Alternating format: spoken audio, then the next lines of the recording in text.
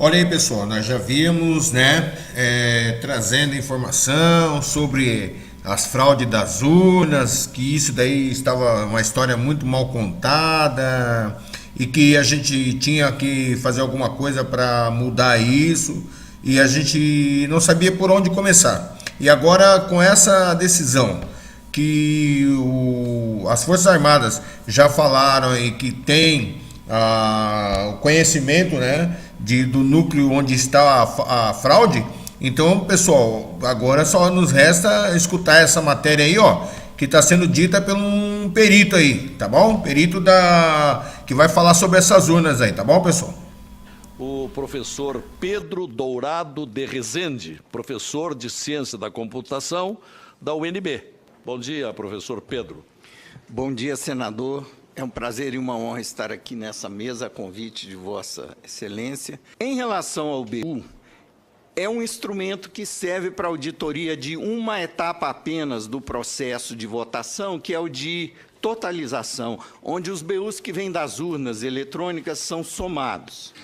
O BU impresso pela urna pode fazer a verificação de que a totalização está correta, mas ele tem absolutamente nenhum efeito para verificar se o software está contabilizando os votos que foram praticados naquela urna corretamente.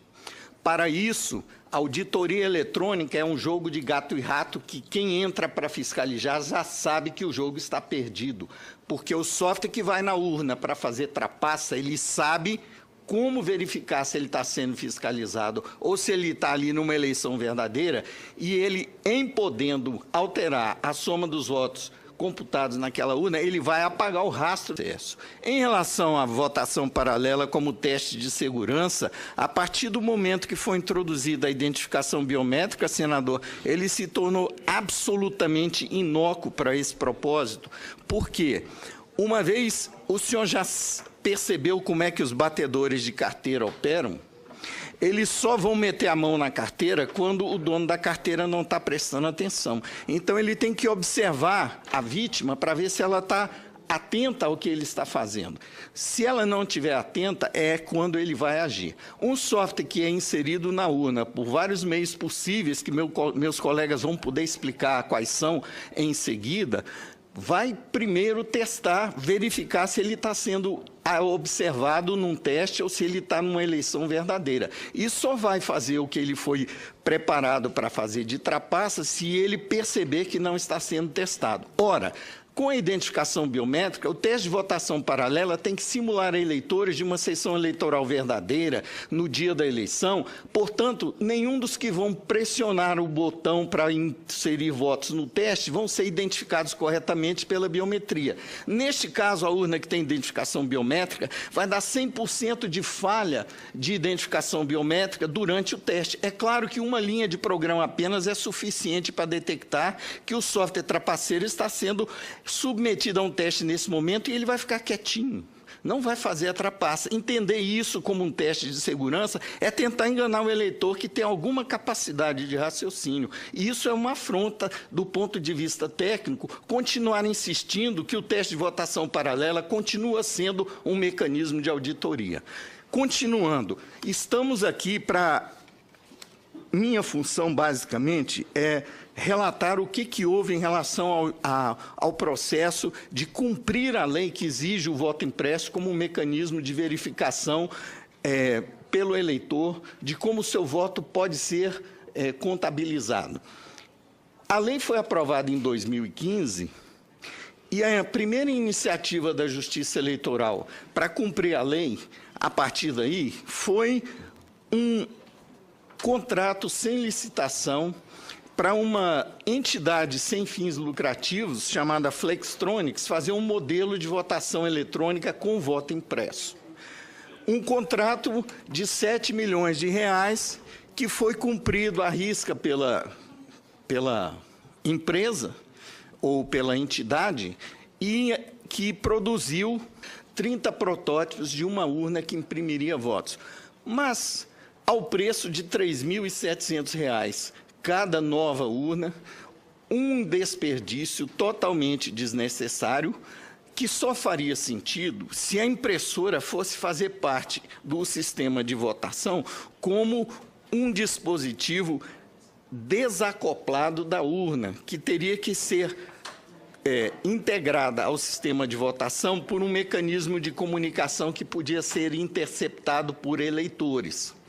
Ao passo que, em 2002, quando a lei precisou ser cumprida, a solução mais óbvia e simples foi a de acoplar a urna fisicamente à impressora, conectando fisicamente, de forma elétrica, a impressora à urna, para que não fosse necessário replicar todo o sistema de contabilidade de votos e de proteção eletrônica que a urna já tem para essa impressora.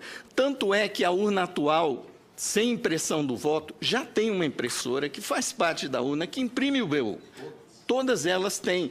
Então, o sistema de software da urna já está preparado para dialogar com uma impressora. Não é necessário contratar uma empresa para desenvolver toda uma replicação do sistema da urna a pretexto de precisar imprimir o voto. E foi essa solução que foi encomendada em 2017.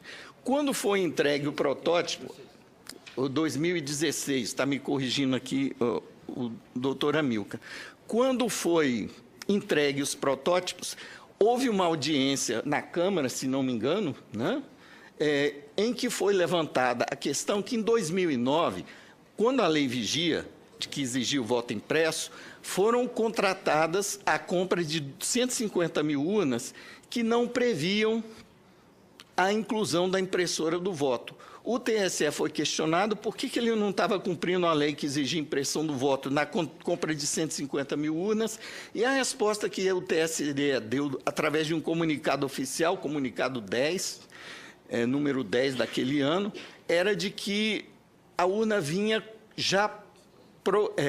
o modelo que estava sendo licitado já vinha configurada para receber um módulo de impressão de votos acoplável a ela, em que, portanto, quando fosse o caso, seria compradas as impressoras como um dispositivo adicional que seria acoplado à urna. Bem, então, quando isso foi trazido à tona agora em 2017, o TSE simplesmente ignorou que já tinha gasto 7 milhões com um modelo caríssimo, desnecessário, e fez um edital que foi uma verdadeira afronta à soberania nacional, porque um edital praticamente dirigido, porque fazia exigências desnecessárias para fornecimento de venda casada, de material, de papel, inclusive, com características desnecessárias de durabilidade, etc., e que foram, de certa forma,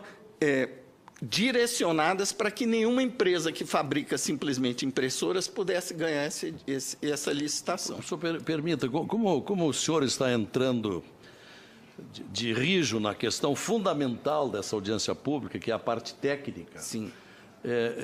Então, permita que eu lhe interrompa e faça uma ou duas perguntas. O senhor está dizendo que 150 mil urnas já estão preparadas para impressão e já estão acopladas a impressoras?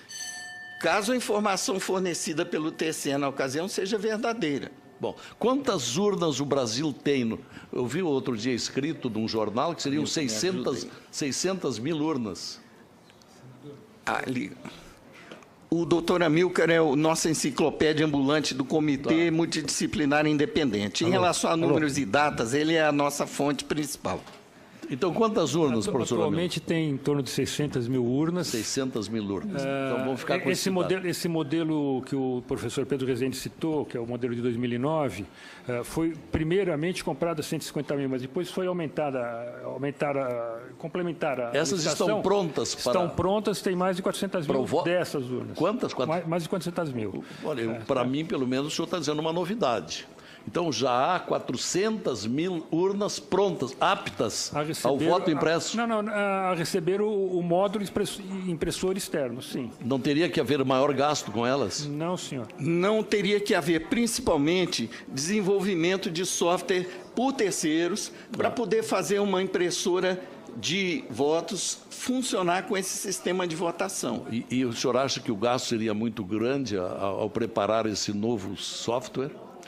Olha, em 2002, quem preparou o software foi a própria informática do TSE. Eles só compraram impressoras, sim, porque o software que já estava na urna já tinha toda a lógica, a infraestrutura necessária para dialogar com uma impressora, que é a impressora que sempre esteve na urna para imprimir BU.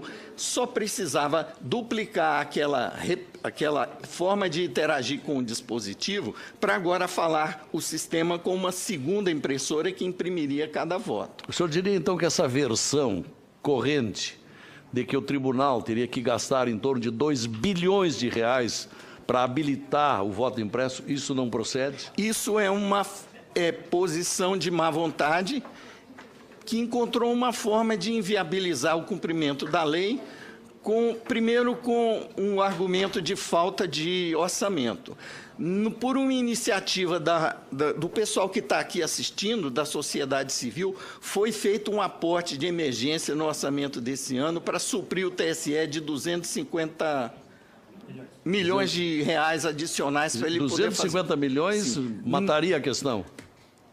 250 milhões foram incluídos no orçamento, sim, de emergência para contrapor o argumento de que o TSE não tinha verba para gastar tanto dinheiro para botar impressora em tantas urnas. Bom.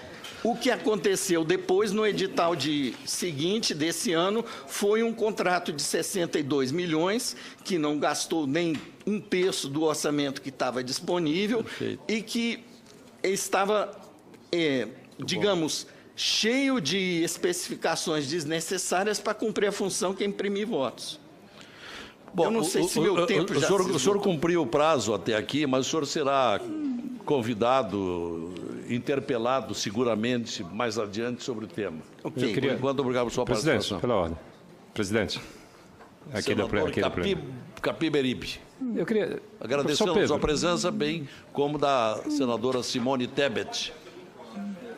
Professor Pedro, eu estou deduzindo pelas suas palavras e pelo histórico que eu conheço, não é, dessa luta para tornar mais confiável, digamos, não é, a votação, até porque nós já tivemos leis que introduziam o voto impresso, essas leis foram contestadas, não é, e agora, de novo, há uma resistência, o TSE não quer imprimir o voto, é isso?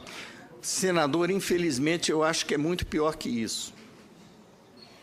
Porque o edital que foi feito, a pretexto de cumprir a lei, que terceirizou praticamente tudo, basicamente abriu o cofre de segurança do sistema eleitoral brasileiro, em troca de um simples termo de sigilo, para que uma empresa estrangeira que ganhou a licitação pudesse conhecer todo o nosso sistema, inclusive o material criptográfico, que é, digamos, o alicerce do mecanismo de proteção que a Justiça Eleitoral alega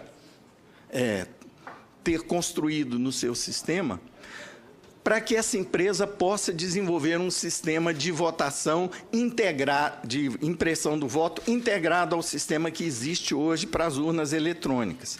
Sendo que não haveria nenhuma necessidade de entregar o código do sistema eleitoral para uma empresa que tem como responsáveis 3 venezuelanos e um português, que não tem nenhum compromisso com a legislação brasileira, inclusive de cumprir o tal termo de sigilo sobre o conteúdo do material dos sistemas que eles receberiam a pretexto de desenvolver o voto impresso. Isso, o que está no edital de licitação para implementar o voto impresso esse ano, a meu ver, é um ato de traição à soberania nacional. E esse edital não foi contestado por ninguém? Esse edital foi contestado pelo CEMIND em 7 petições, cujas cópias estão na minha mão. O senhor pode ler os termos da contestação?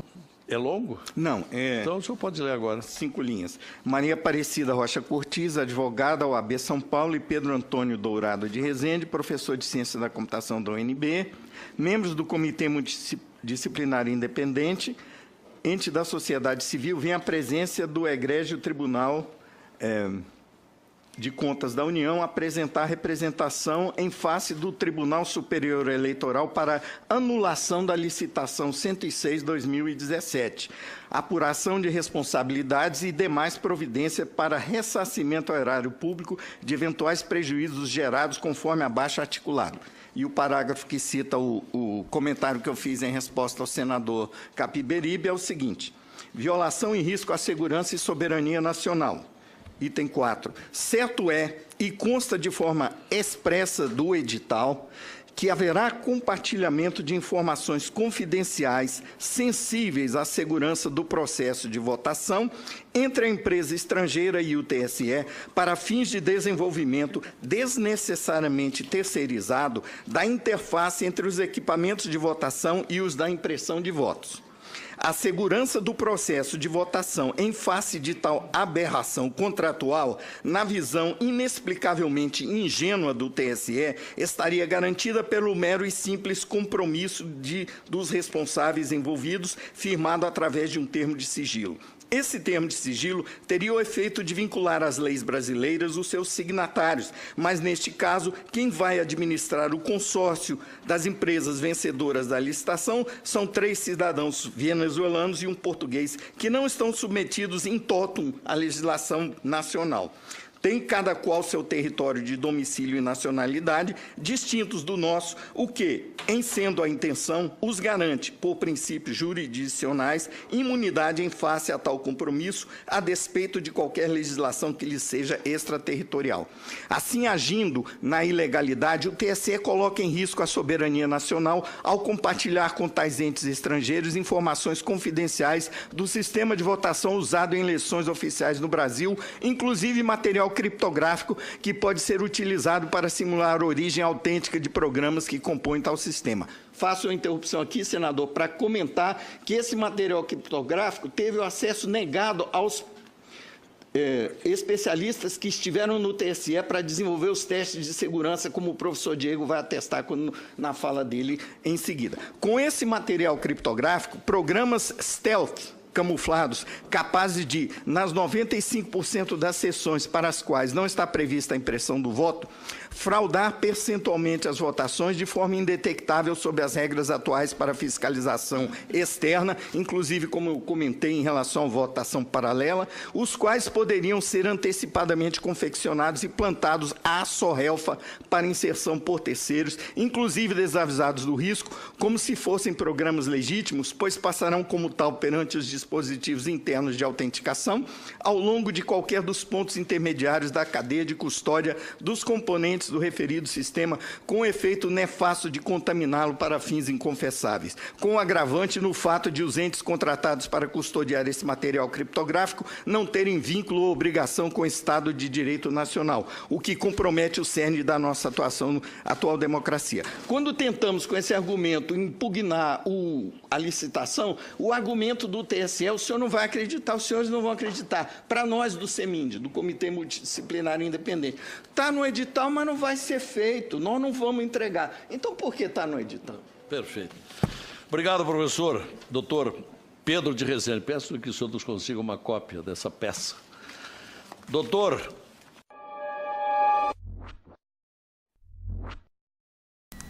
Pois bem, pessoal, o que nós vamos fazer? Vocês precisam o quê? De uma palavra de ordem, alguma coisa dessa maneira? Vamos para as ruas, vamos fazer tema de luta, de guerra? De que nós vamos fazer? O que nós temos que fazer agora, pessoal, é tomar a frente dessa luta, porque o Exército já se mostrou a nosso favor, as Forças Armadas estão a nosso favor. Então, o que temos que fazer? Temos que nos posicionar e ir para as ruas amanhã, pessoal, domingo, pessoal. Amanhã é domingo, vamos distribuir aí essa live para todo mundo aí, pessoal, para todos ficarem sabendo o que está acontecendo. Não é possível que nós vamos ser roubados novamente, não é possível que eles vão fazer o golpe novamente, pessoal. Nós não podemos mais aceitar esse tipo de situação, esse conchavo, gente. Por favor, distribua essa mensagem passa essa live à frente. Nós não temos como fazer outra coisa senão, pessoal, correr atrás, e o nosso sonho não pode ser frustrado, não pode ser apagado pelo PT, pessoal. Por favor, compartilhe aí com todo mundo aí, por favor.